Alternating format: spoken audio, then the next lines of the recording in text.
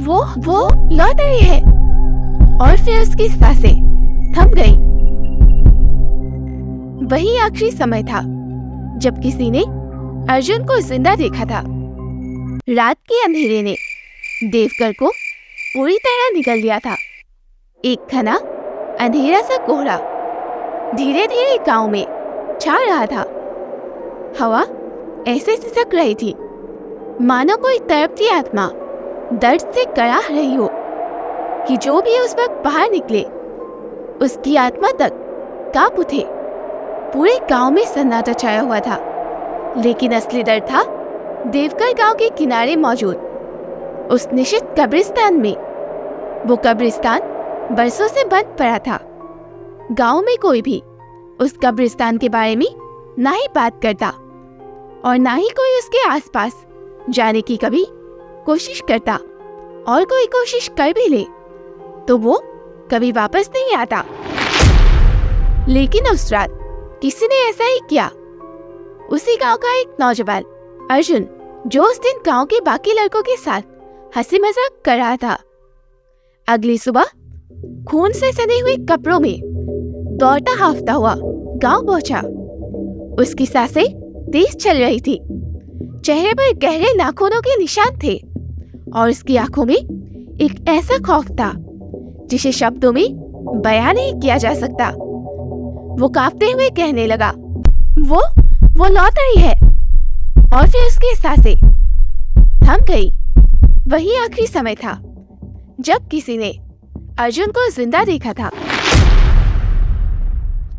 देवकर एक सुंदर प्राचीन गांव था जो रहस्य से भरा था, जिसे आधुनिकता ने कभी छुआ तक नहीं था।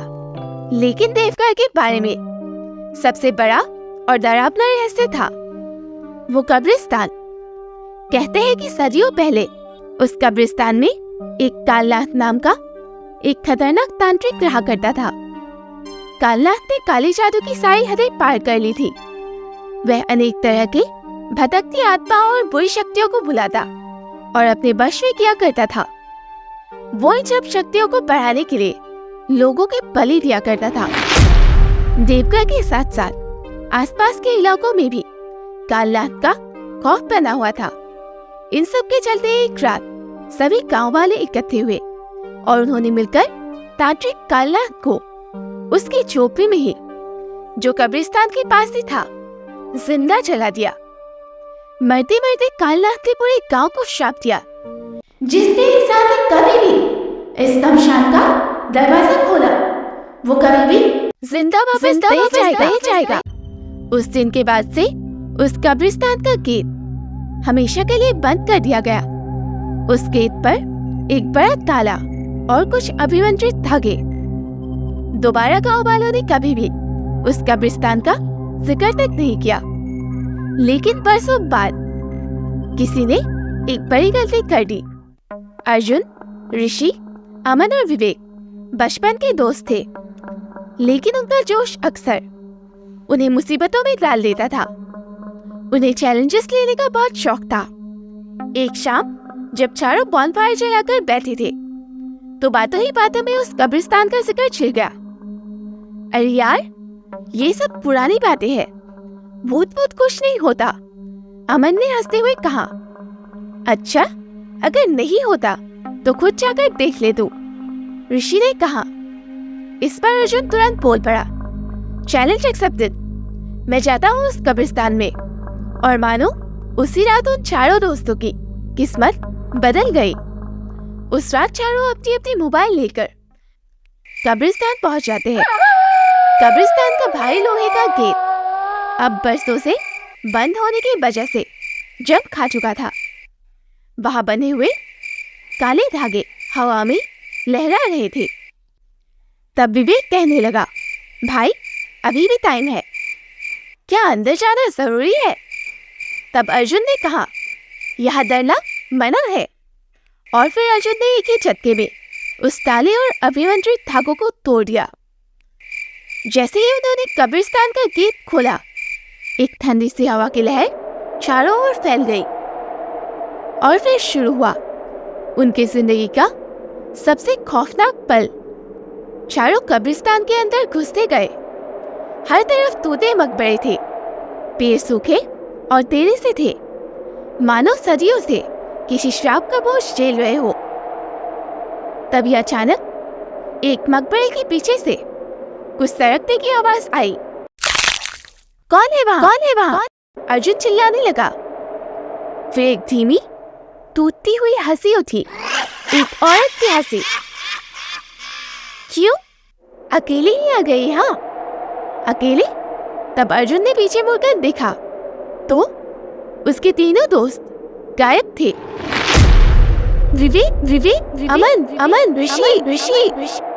अर्जुन अपने दोस्तों को ढूंढ ही रहा था कि तभी किसी की ठंडी उंगलियां अर्जुन की गर्दन को छूने लगी। अर्जुन ने तुरंत अपने फोन की फ्लैशलाइट ऑन की और पीछे मुड़कर देखा तो सफेद साड़ी में एक औरत खड़ी थी। उसकी साड़ी खून से सनी हुई थी, आंखें लाल और होठ सिले हुए।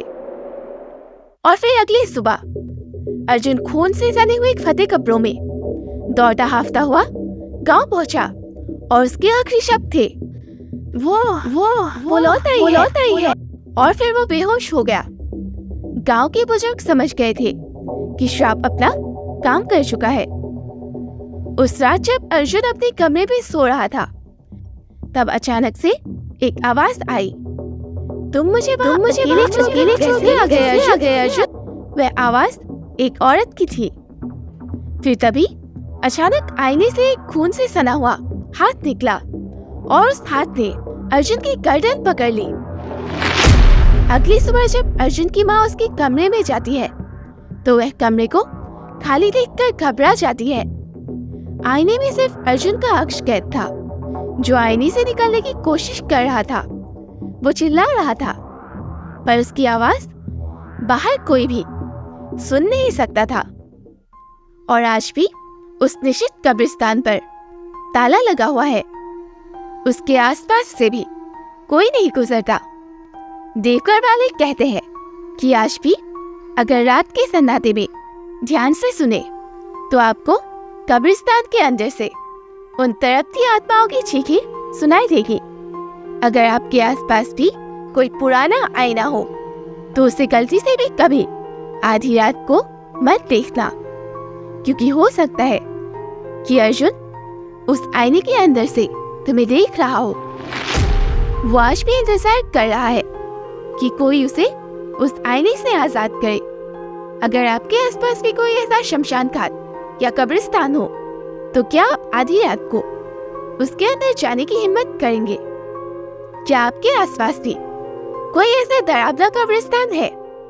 अगर हाँ तो मुझे कमेंट्स में जरूर बताएं। ऐसे ही हॉरर एंड क्राइम कंटेंट के लिए भयकाल राधे को जरूर सब्सक्राइब करें और वीडियो को लाइक और शेयर जरूर करें।